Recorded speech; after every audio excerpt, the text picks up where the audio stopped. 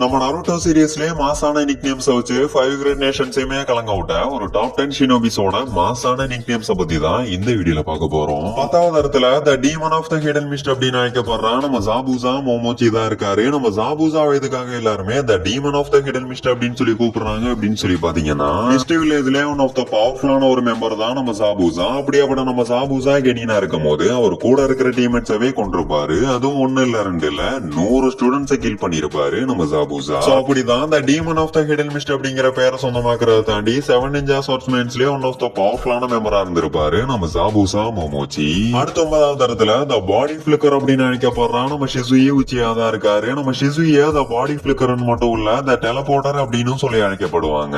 So அதுக்கான காரணமே நம்ம ஷிசுயி உச்சியாவோட டெலபோர்ட்டிங் ஜுட்சு தான். இது எந்த அளவுக்கு ஒரு கிரேசியான ஜுட்சு அப்படின்னு சொல்லி பாத்தீங்கன்னா அவரால் எங்க வேணாலும் டெலபோர்ட் ஆக முடியும். சோ இந்த ஒரு டெலபோர்டேஷன் ஜுட்சு வச்சுதான் செகண்ட் கிரேட் நிஞ்சா வாரம் 3rd கிரேட் நிஞ்சா வரப்போ மேல விட்டுருப்பான் மனுஷன். சோ அதனாலேயே த பாடி பிளிக்கர் அப்படின்னாலே 5 கிரேட் நேஷன்ஸுக்குமே தெரியும். சோ அடுத்த 8வது இடத்துல த லாஸ்ட் உச்சியா அப்படின்னு அழைக்கப்படுறா நம்ம சாஸ்கே உச்சியா தான் இருக்கா. நம்ம சாஸ்கே உச்சியாவை தெரியாத யாருமே இல்ல அப்படின்னு தான் சொல்லி ஆகணும். ஏன்னா 5 கிரேட் நேஷன்ஸுக்குமே நம்ம சாஸ்கே உச்சியாவை தெரியும். சோ அதுக்கான காரணமே உச்சியா கிளான் மெம்பர்ஸ் அப்படின்னாலே ஓவர் பவர்ஃபுல் தான். அதுலயும் அவங்களோட ஷெரிங்கனுக்குனே தனியா ஒரு ஃபேன் பேஸ் இருக்கு. அதுவும் நருட்டோவே இல்ல.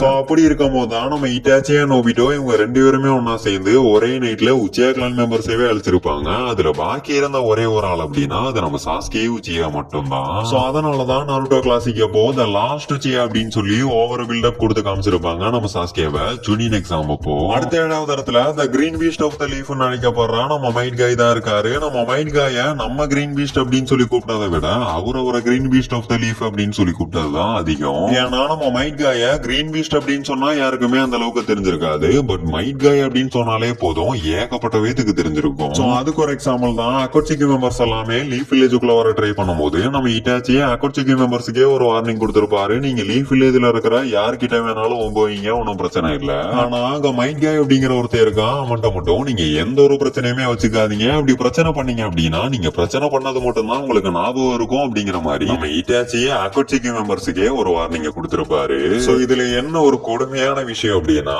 மைட் காயோட ஃபுல் ஃபார்ம் பாக்குறதுக்கு முன்னாடி எப்படின்னா நைட் காயோட ஃபுல் ஃபார்ம் பார்த்தாங்க அப்படின்னா செத்தே போயிருவாங்க போல. ஆனா நம்ம மைட் காயோட ஃபேன்ஸுக்கு எல்லாமே கிரீன் பீஸ்டை விட இந்த ரெட் பீஸ்டுக்கு தான் எல்லாருமே அடிமை. ஏன்னா வெறும் 5 நிமிஷத்துல அனல் பறக்க அலப்பறைய கலப்பி விட்டுருப்பான் மனுஷன். அடுத்த 6வது இடத்துல த காட் ஆஃப் ஷினோபி அப்படின்னு அழைக்கப்படுறா நம்ம அஷிராமா செஞ்சுதா இருக்காரு. நம்ம அஷிராமா இதுக்காக எல்லாருமே த காட் ஆஃப் ஷினோபி அப்படின்னு சொல்லி கூப்பிடுறாங்க அப்படிங்கிற விஷயம் உங்களுக்கு தெரியுமா? சோ நம்ம அஷிராமாவோட காலத்துல உச்சியா கிளானுக்கும் செஞ்சு கிளானுக்கும் எப்ப பார்த்தாலும் சண்டை நடந்துகிட்டு இருக்கும். அதுல உச்சியா கிளான் மெம்பர்ஸோட லீடர் தான் நம்ம மதரா, செஞ்சு கிளானோட லீடர் தான் நம்ம அஷிராமா செஞ்சு. சோ இதுல நம்ம மதராவோட அப்பா ஒரு உச்சியா அப்படிங்கறதுனால அவருக்கு தெரிஞ்ச எல்லா டெக்னிக்குமே நம்ம மதராக்கு சொல்லி கொடுத்திருப்பாரு. பத்தாத குறைக்கு பிறவிலே பவர்ஃபுல்லா பிறக்கிற ஒரு ஆளுக்கு தான் உச்சியா கிளான் மெம்பர்ஸ். அந்த விதத்துல அவருக்கு ஷெரிங்கன் அண்ட் மங்கிக்கு ஷெரிங்கன் கண்டிப்பா வைக்கனா இருக்கும். சோ அதுக்கும் மேல பவர்ஃபுல் ஆகணும் அப்படின்னு சொல்லி மதராவோட பிரதரோட ஐய பொசஸ் பண்ணி இட்டர்னல் மங்கிக்கு ஷெரிங்கனா மாத்துறது மட்டும் இல்லாம 9-7 அவரோட ஃபுல் கண்ட்ரோல்ல வச்சிருப்பாரு. ஆனா அதுவே நீங்க அஷிராமா சைடு வந்தீங்க அப்படின்னா அவரை ட்ரெயின் பண்ண யாருமே இல்ல. உட்ரிலிஸ் அப்படிங்கிறது ஒரு ரேரஸ்டான கேக்கியங்க. அதை நம்ம சீரியஸ்லயே அஷிராமா மட்டும் தான் பர்ஃபெக்ட்டா யூஸ் பண்ணுவாரு. சோ இந்த ஒரு டெக்னிக்கை நம்ம அஷிராமா தான் மத்தவங்களுக்கு ட்ரெயின் பண்ணுமே தவிர நம்ம அஷிராமாக்கு யாராலுமே ட்ரெயின் பண்ண முடியாது. சோ அப்படி பார்த்தா பிறவிலே பவர்ஃபுல்லா பிறந்து மத்தவங்க பவரை யூஸ் பண்ணி கூட நம்ம அஷிராமாவை டிஃபீட் பண்ண முடியாம நம்ம அஷிராமா கிட்ட டிஃபீட் ஆயிருப்பாரு நம்ம மதரா. அதுவும் 1 இல்ல 2 இல்ல மொத்தம் 3 டைம். சோ அதனாலதான் இந்த ரியல் காட் ஆஃப் ஷினோபி அப்படின்னு சொல்லி நம்ம அஷிராமா எல்லாருமே கூப்பிடுறாங்க.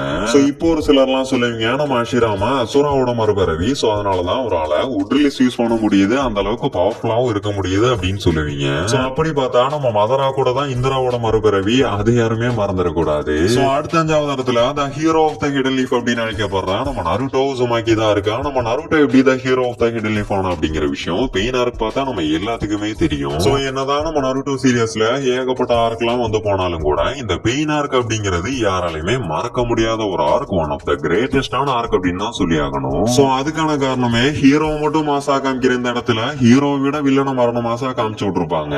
அதுவும் யாராலையுமே தொட கூட முடியாத நம்ம லீஃப் வில்லேஜ இருந்திடம் தெரியாம ஆக்கியிருப்பான் நம்ம பெயின். அதுவும் தனியால நின்னு. சோ இது எத்தனை தாட்டி பார்த்தாலும் எத்தனை தாட்டி கேட்டாலும் ரொம்பவே கோஸ் பம்ஸா தான் இருக்கும். ஏன்னா லீஃப் வில்லேஜ்ல இருக்கக்கூடிய ஏகப்பட்ட பவர்ஃபுல்லான கேரக்டர்ஸா நம்ம பெயின் தனியால நின்னு டிஃபீட் பண்ணிருப்பான். சோ அப்படி இருக்கிற டைமிங்ல தான் நம்ம நருட்டோவை களத்துல இறக்கி விட்டுருப்பாங்க. அதுவும் நார்மலால இல்ல சேஜ் மோட மாஸ்டர் பண்ணி மரண மாசா இறக்கி விட்டுருப்பாங்க. சோ அது வரைக்கும் யாராலையுமே ஒண்ணுமே பண்ண முடியாத பெயினை நம்ம நருட்டோ தூக்கி போட்டு வாயில மிதிக்க ஆரம்பிச்சிருப்பான். சோ பெயினை டிஃபீட் பண்றதுக்கு என்னதான் முக்கியமான காரணமா நம்ம 90s இருந்தாலும் நம்ம நருட்டோ பெயின் கூட ஃபைட் பண்ணும்போது நம்மள ஏகப்பட்ட இடத்துல இம்ப்ரெசிங் பண்ணிருப்பான். அதாவது சேஜ் மோட மாஸ்டர் கொண்டு வந்து நம்ம ஜிராய் சென்சேவே சேஜ் மோட்ல சர்ப்ரைஸ் பண்ணது மட்டும் இல்லாம லீஃப் வில்லேஜ்ல இருந்த எல்லாத்தையுமே அந்த டைமிங்ல அவன் சர்ப்ரைஸ் பண்ணிருப்பான். சோ அந்த ஒரு டைமிங்ல நம்ம நருட்டோ சீரியஸ்லயே ஸ்மார்ட்டஸ்டான கேரக்டரான நம்ம ஷிகமாரு இல்ல அவங்க அப்பனவே மிஞ்சக்கூடிய அளவுக்கு ஐக்யூ லெவலை யூஸ் பண்ணி தாறுமாறா ஃபைட் பண்ணிருப்பான் நம்ம நருட்டோ. சோ அதுக்கு ஒரு எக்ஸாம்பிள் தான் சக்கரா அப்சர்வ் பண்ற பெயினான பிரட்டாபத் பெயினை நேச்சுரல் எனர்ஜி அப்சர்வ் பண்ணி கெல்லாம் மாத்தி விட்டது.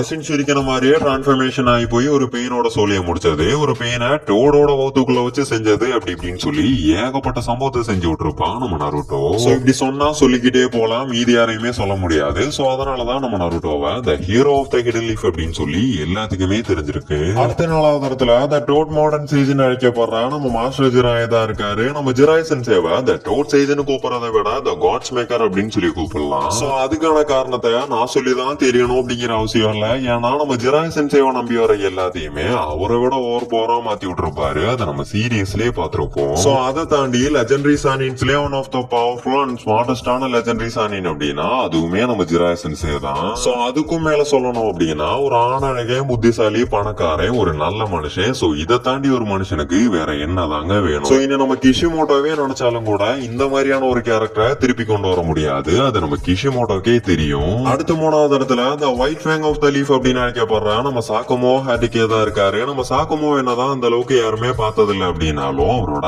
பேரை கேட்டாலே போதும் எல்லாத்துக்குமே வேர்க்க ஆரம்பிச்சிரும். என்னதான் ஆளு பார்க்க ரொம்பவே சாஃப்டா இருந்தாலும் வார் அப்படின்னு சொல்லி வந்துருச்சுன்னா பிரிச்சு மேஞ்சிருவான், கருணையே காட்ட மாட்டான். சோ அதனாலதான் அப்ப இருந்த 3 லெஜெண்டரி சானின்ஸோட ரொம்பவே பவர்ஃபுல்லான ஒரு ஆளுன்னு சொன்னாங்க நம்ம சாக்குமோ ஹாட்டிகேவை. சோ அதை நம்ம சீரியஸ்லயே பார்த்திருப்போம். அவர் எத்தனை வித போட்டு தள்ளி இருக்காரு, அவருக்கு எத்தனை விதமான எனிமி இருக்காங்க அப்படிங்கிற விஷயத்த நான் சொல்லிதான் தெரியணும் அப்படிங்கிற அவசியம் இல்ல.